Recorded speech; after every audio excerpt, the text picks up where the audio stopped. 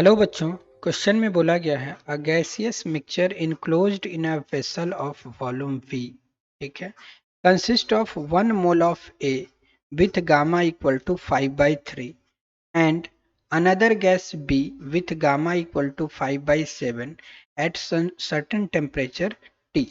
सबसे पहले जो डेटा दिया गया है इसको मैं ड्रॉ कर देता हूँ बच्चों। ठीक है, बोला गया एक गैसियस मिक्सचर है, ठीक है, जो कि एक वेसल है जिसका वॉल्यूम V है, इसमें है 1 मोल A है, नंबर ऑफ मोल 1 है गैस A का, ठीक है, और गामा इसका दिया हुआ है 5/3।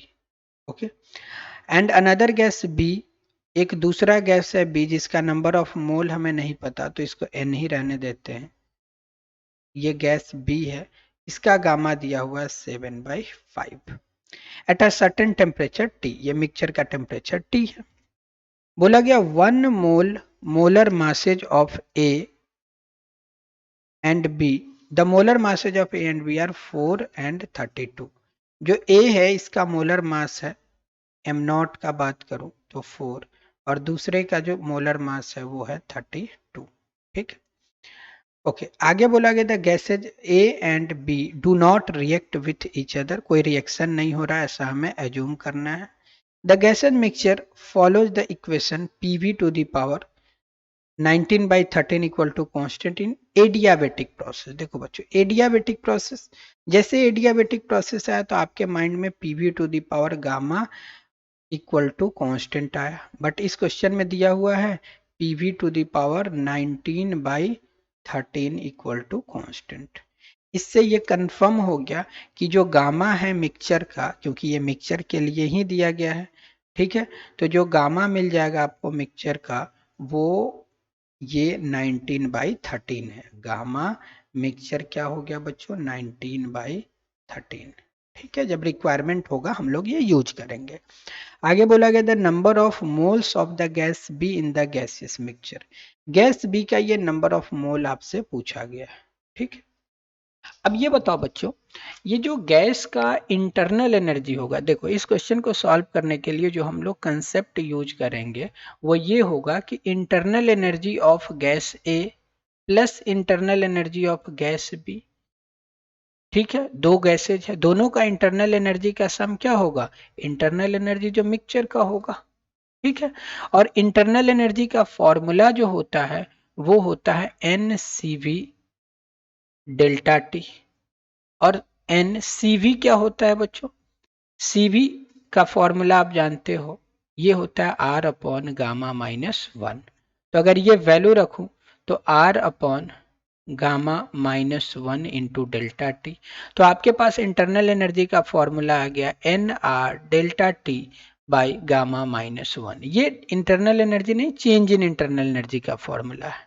अगर सिर्फ इंटरनल एनर्जी लिखना चाहो तो डेल्टा टी मत लिखो, NRT बाई गामा -1। ठीक है, तो यही हम लोग फॉर्मूला यूज करेंगे।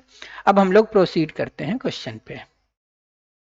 UA, इंटरनल एनर्जी ऑफ ए क्या होगा बच्चों, नंबर ऑफ मोल ऑफ ए, तो ए का नंबर ऑफ मोल 1 है। ठीक है, आर को आर ही रहने देते हैं, NRT, टेम्परेचर तो उतना ही है जो मिक्सचर का होगा, NRT बाई गामा -1। ए का गामा दिया हुआ है 5/3, तो 5/3 -1, ये इक्वल होगा दूसरे, सॉरी इसमें हम लोग ऐड करें plus internal energy of B, B का इंटरनल एनर्जी, फिर से नंबर ऑफ मोल हमें फाइंड करना है, बी का ही तो फाइंड करना है, तो NRT बाई गामा है 7/5 -1, ये इक्वल होगा NRT मिक्सचर का नंबर ऑफ मोल क्या हो जाएगा बच्चों, एक ए का तो 1 है और बी का n है, तो एन बी लिख सकते हो आप, या एन ए 1 + n लिख सकते हो, 1 + n डिवाइडेड बाई मिक्सचर का गामा क्या है 19/13। ठीक है, -1। ठीक है, अब इसको आपको सॉल्व करना है, तो जब आप इसको सॉल्व करोगे तो R T, sorry R T यहाँ पर भी है, R T N R T by gamma minus 1, तो ये आर टी कॉमन लेकर कैंसिल कर दो। ये 5/3, तो 3 - 1, तो ये आ जाएगा 2/3। तो यहाँ पर मैं लिखता हूँ, ये सॉल्व करने पे आएगा 3/2। ठीक है ना, 2/3, ठीक है।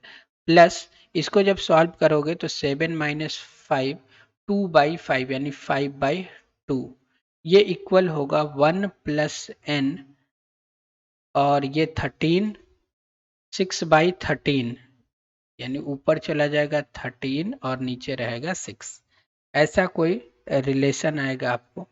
अब इसको 5 और 3, 8/2 कितना, ये आ जाएगा 4, इक्वल टू 13 प्लस 13/6 इंटू 1 + n। तो यहाँ से 1 + n लिख सकते हो 24/13। n यहाँ से आ जाएगा 24/13 - 1। ठीक है, तो ये आ जाएगा 24 - 13/13। यही है ना, 1 मिनट, इसको मल्टीप्लाई कर दूं इधर n। 1 मिनट बच्चों, यहाँ पे सेकेंड टर्म में जो 5/2 आ रहा है, यहाँ पर n भी है, बस थोड़ा सा कैलकुलेशन चेंज करो। 1 मिनट, यहाँ पर कैलकुलेशन चेंज करो। ठीक है, ये 2 को कॉमन ले लो, 2 1 जा 2, 2 1 जा 2, 2 3 जा 6, तो थोड़ा सिंपल हो जाएगा। यहाँ 3 + 5n इक्वल टू, ये आ जाएगा 13 + 13n, और इसमें मल्टीप्लाई होगा 3, 3 3 जा 9 plus 15n equal to 13 + 13n।